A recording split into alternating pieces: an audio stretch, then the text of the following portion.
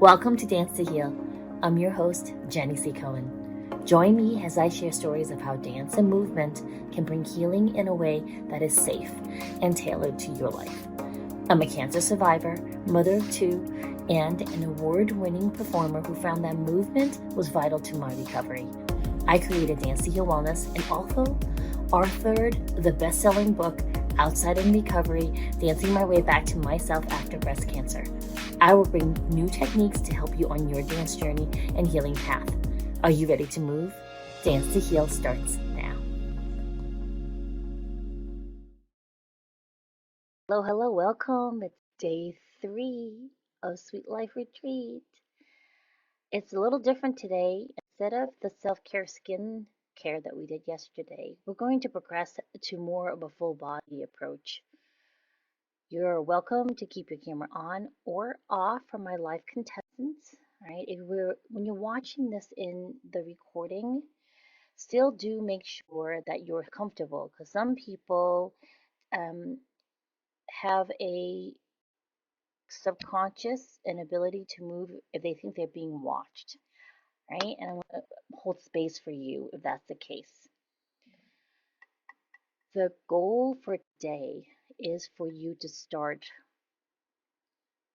figuring out what safe movement is for you. We've done muscle testing, and I know my live people here who are in the meeting with me right now in the live part, you all know what muscle testing is. And I'm going to ask your indulgence as I review it for someone who's coming into this recording on a standalone. Okay? So reviewing muscle testing for your own yes is you can hold your finger up sideways and the palm of your hand is facing towards your chest. And your elbow and wrist and fingers are straight. Shoulders really relaxed. I'm going to engage the core, ask you to engage your core lightly, and you can make a really hard fist. And hold your finger as straight as possible, because normally if we're really relaxed, you should be able to push the finger down. But you're going to resist it and take the other hand and put it on that fat middle knuckle. Why does it look so fat in this video? I'll do the other hand. Oh, it's still fat. So finger on this middle knuckle, and you're going to resist the pressure being put by your own hand. This is called an isometric contraction, okay? Contraction without movement. You don't have to memorize it. There's no test. I just wanted to give you that word. So you'll say to yourself, I'm going to say my name. I am Jenny C. Cohen. Say I am and say your name. And then resist your finger as you press. It should be very strong because, unless you were given a name change that's not your own and you actually have amnesia, the finger should stay up. I want to make sure that's a possibility, right? So I'm Jenny C. Cohen. I am your name. Great. I am Princess Penelope Boo Boo. And I'm going to push down on this finger now. And guess what? No matter how hard I resist it, my finger is like, no, you're not Princess Penelope Boo Boo. How about if I'm what I wanted to be? Princess Diana. I always wanted to be Princess Diana. And my finger's like, no B-I-T-C-H. You're not Princess Diana. All right, so now I've established. My yes is when the finger is resisting and able to maintain that line. And my no is when no matter how hard I hold this finger, the finger comes down. Got it? All right. One more back up. The color of your eyes. My eyes are brown. They're juicy chocolate brown, like chocolate, like sweet life. All right. Say your name. Say your color of your eyes. My eyes are blank. And then push down. Yeah, my eyes are brown. All right. I always wanted green eyes. There are genetically and like genetic natural Asians with green eyes. All right. All right, let me see. I have green eyes. And my body goes, no, you didn't. No, you're fine. So now you have your yes and your no. All right. The goal now is, I feel like Willy Wonka. Welcome to my castle. I should have the Willy Wonka music playing, y'all. So what we're gonna do now is explore the dance space. Right? Here's the thing. Ask your body a question right now. Do I feel safe about to do movement? All right. And if that's a yes, you take a breath. If it's a no, You can say, can I watch this session? Or does my body need me to watch this session first before I engage? Right? Does that make sense? Because the goal, right? The goal is always to check in with your body first. This is a hill that I've discovered I'm literally willing to put my life on the line for, folks. It will be a continuous check in right now with your body throughout the rest of this, okay? So now what I'm gonna do is switch to my mic AirPods. Apologies if you thought my voice was always this naturally podcaster. It's gonna go back to the AirPod voice.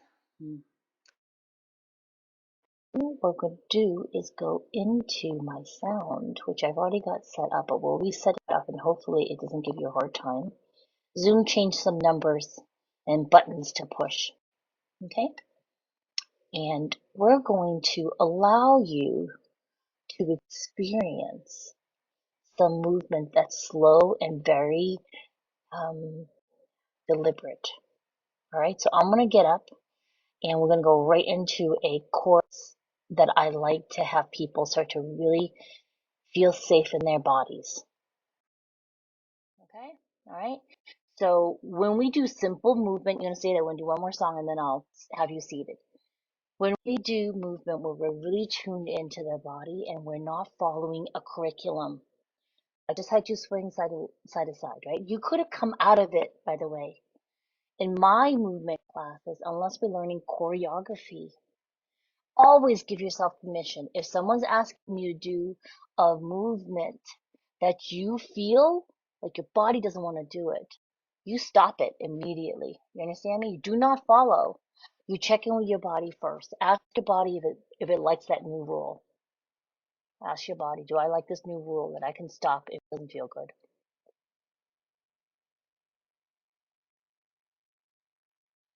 All right, does that make sense? Did you ask your body? Everyone's gonna make sure you still test it because we want to make sure your body understands that you know when your body says no, you'll listen. All right, promise? All right, now we're gonna go into a freestyle form, which means I'm gonna freestyle, you're gonna freestyle. I'm there in case you need me. However, if I start doing funky things that you do not want to follow, or you're like, what is she doing? Don't worry about what I'm doing. You're worried about what you're doing. I'm the big, if you do speaker view, I'm kind of what you're seeing, right? And I invite you to look to me if you need to look at me. Don't worry about it if you don't understand what I'm doing. Does that make sense? I'm just there to feel like you're not dancing alone, like you're not on display. Okay? If you're watching this video and you're not well, I still want you in your mind's eye to see you moving.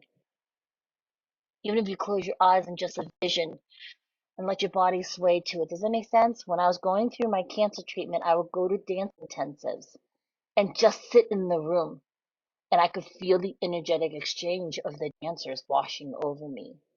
And I want you to imagine like you're in the room with us. Does that make sense? When my kids were training to do, uh, when they were training to compete in rhythmic gymnastics, and they ultimately ended up in Junior Olympics. They ended up in multiple years training at the Lake Placid Olympic Training Center and Future Stars team, where they had to test at regionals to even be put into that. It wasn't like anyone who paid can go in; you had to test to get into it. We started doing this technology called Athlete Warrior. And one of the things was to do visualization. It fools your brain into thinking you're doing it. Okay? It fools your brain into thinking you're doing it. So you're still laying down the the wiring in your brain. Right? Now, if you've never done something before, like if I'm having you do pirouettes, your brain can't fake that, sorry. However, if you know how to free flow, which we all do, okay, in the interview with Sophia, who does the neuroscience of dance, she basically reminds people, you have a body, then you're a dancer. All right. Dance is one of the few things that lights up every part of your brain and unites you into the present. Now, I had you tune into your five senses because I am, of course, the one person or many dancers. What happens to dance if you're not present? It becomes your escape. So how do you make sure it doesn't become an escape mechanism for you? Is tune into your five senses and do breath work. All right. If you lift up your toes, one of my attendees in the live right now has been going to the Move to Bloom series where we talk about how if you have flat feet, if you lift up your toes, it will bring your arch up so that when your feet are not, when they're not in aligned with the good arch, your ankles, knees, and hips are misaligned. So when you lift up your toes, your arches are aligned. Now my feet automatically lift toes up because my body prefers the alignment of my lower legs with my toes up because my arch is up. Otherwise, I'm flat and everything's rolled in, and then my knees hurt, and then my hips hurt, and then my back hurts. It all goes up, right? When you are doing this movement, if you need to occasionally lift your toes up and just feel your arch, feel free to do that. All right, and then we're going to go into more. Thanks for listening to Dance to Heal with Jenny C. Cohen. Come back next time to hear stories of recovery through movement and learn more ways that you can move your body. To work with me and continue your journey, visit OutsideInRecovery.com. Are you ready to move?